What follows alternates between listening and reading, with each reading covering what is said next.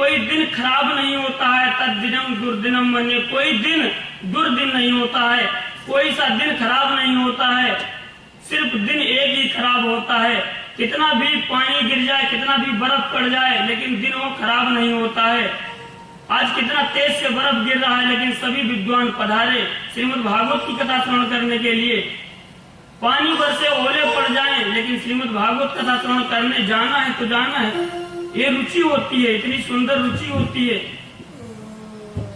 शास्त्र कहते हैं कि कोई दिन खराब नहीं होता है, चाहे जितना पानी गिरे, बर्फ गिरे, कोई दिन खराब नहीं होता है।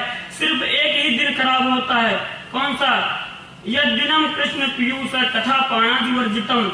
जिस दिन भगवान की कथा श्रवण करने को ना मिले, जिस दिन परमात्मा की कथा में हम शामिल न हो, सबसे खराब दिन वही होता है। बाकी कोई दिन खराब नहीं होता मनुष्य का। जिस दिन हम कथा नहीं सुने, सत्संग नहीं किए, भगवान का नाम नहीं लिए, हमारे जीवन का सबसे खराब दिन वही होता है।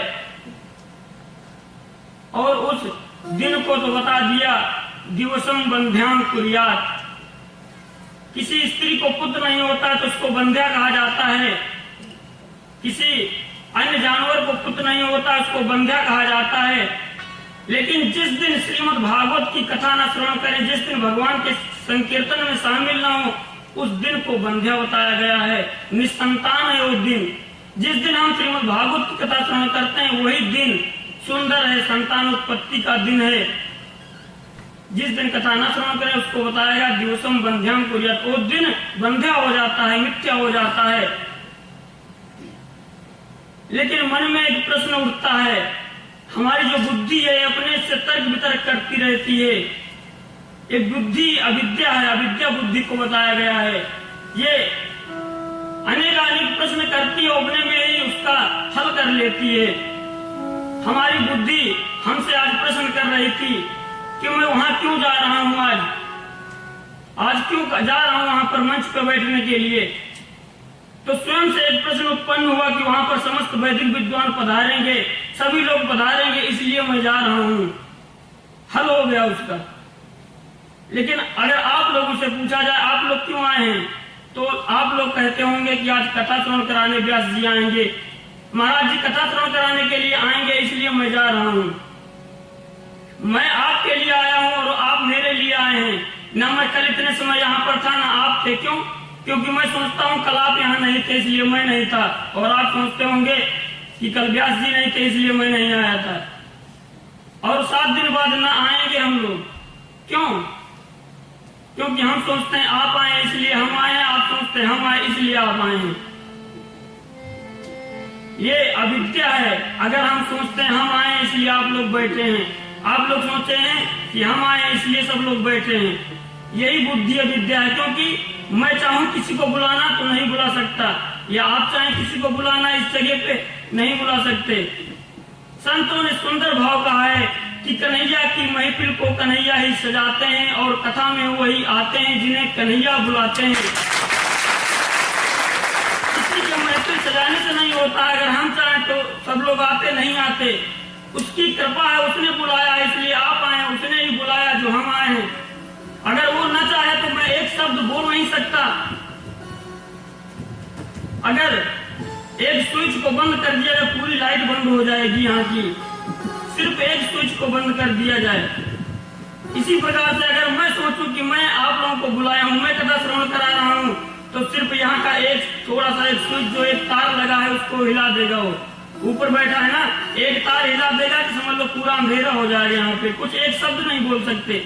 ये तो मिट्टी का पुतला बैठा हुआ है, एक निमित्त मात्र के लिए बैठा हुआ है। आप लोग देख रहे हैं ऊपर बैठा है, वो यहाँ से भर रहा है, यहाँ से निकल रहा है। जितनी राम ने भर दी चाबी उतना चले खिलौना रे। जितनी उसने चाबी भरी है उतना ही खिलौना चल सकता है, इससे आगे नहीं जा सकता। इसलिए जो भी यहाँ पर आया है, जो कह रहा है, जो सुन रहा है, सब वही है। उसकी कृपा के बिना कुछ नहीं, एक पत्ता नहीं हिल सकता, सभी लोग जानते हैं।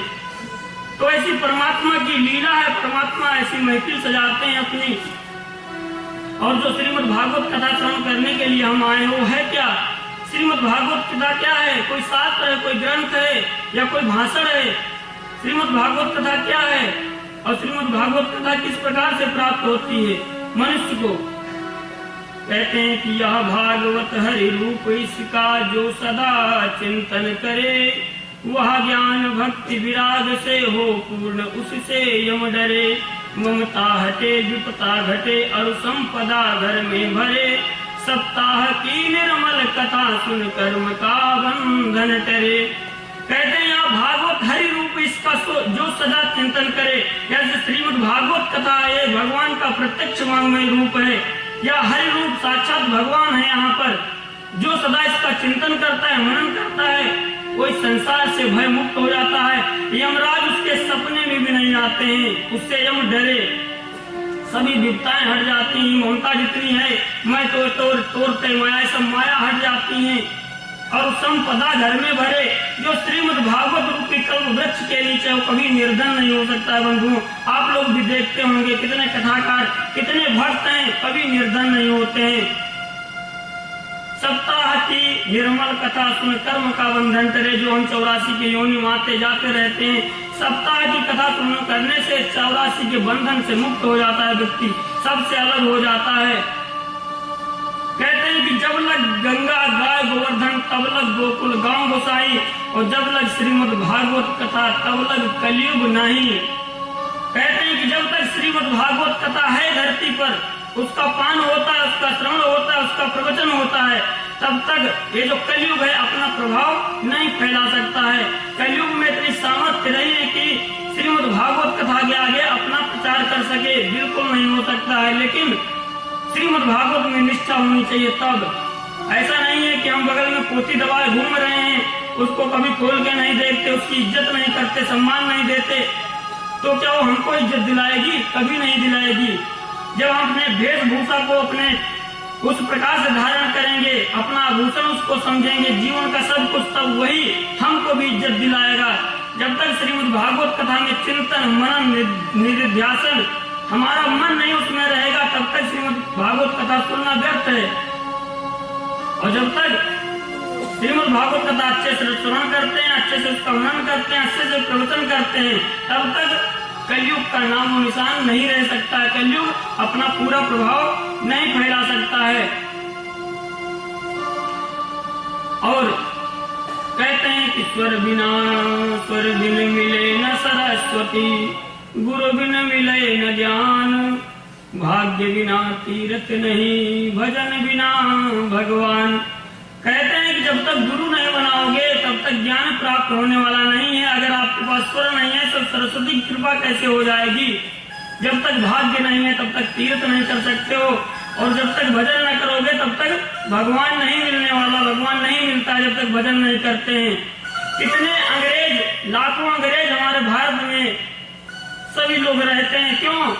यहाँ ऐशो आराम नहीं है क्या? आप लोग सभी लोग जानते हैं कि यहाँ कितना ऐशो आराम है, लेकिन सब कुछ त्याग के अपना प्राण दान दे दिए अपने भारत में। हजारों अंग्रेज पड़े हैं, उनके मन में सिर्फ एक बात आती है, सिर्फ एक चीज को सोच के, श्रीमद् भागवत को सोच के, भगवान को सोच के वो अपना जीवन समर्पण कर दिए भारत के प्रति, और वहीं पर रहते हैं।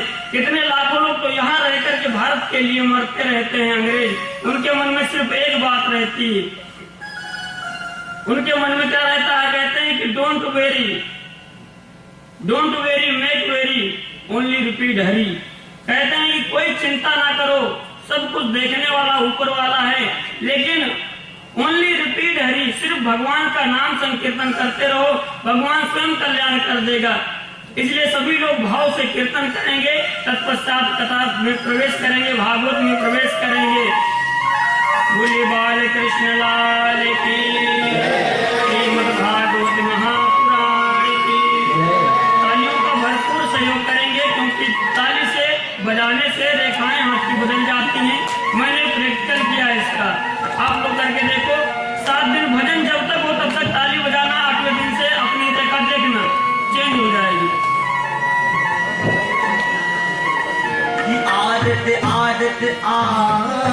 आदत है जिसको पड़ी, जिसकी आदत है। हम पर तो श्री जी ने की है कृपा, राधे कहने की आदत राधे राधे बहुत से गाएंगे सभी लोग। राधे कहने की आदत सी हो गई है। राधे राधे राधे कहने की आदत सी हो गई है। राधे राधे राधे कहने की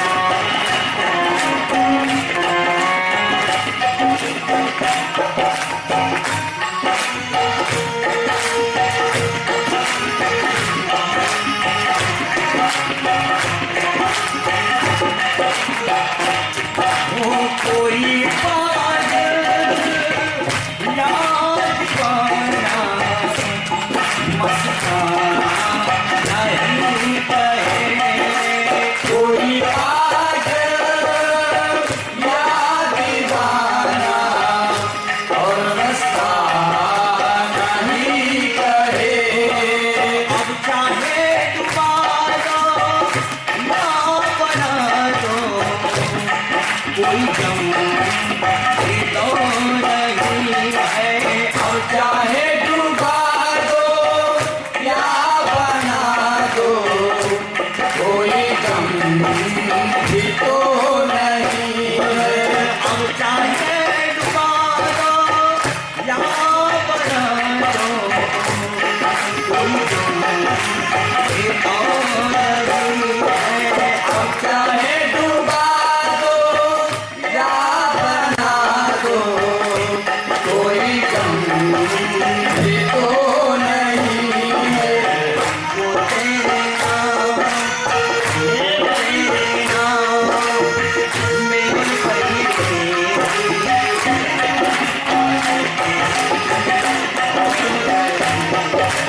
हमको तेरे नाम में पहनेगी, आदत सी हो गई है। राधे राधे राधे कहने की आदत सी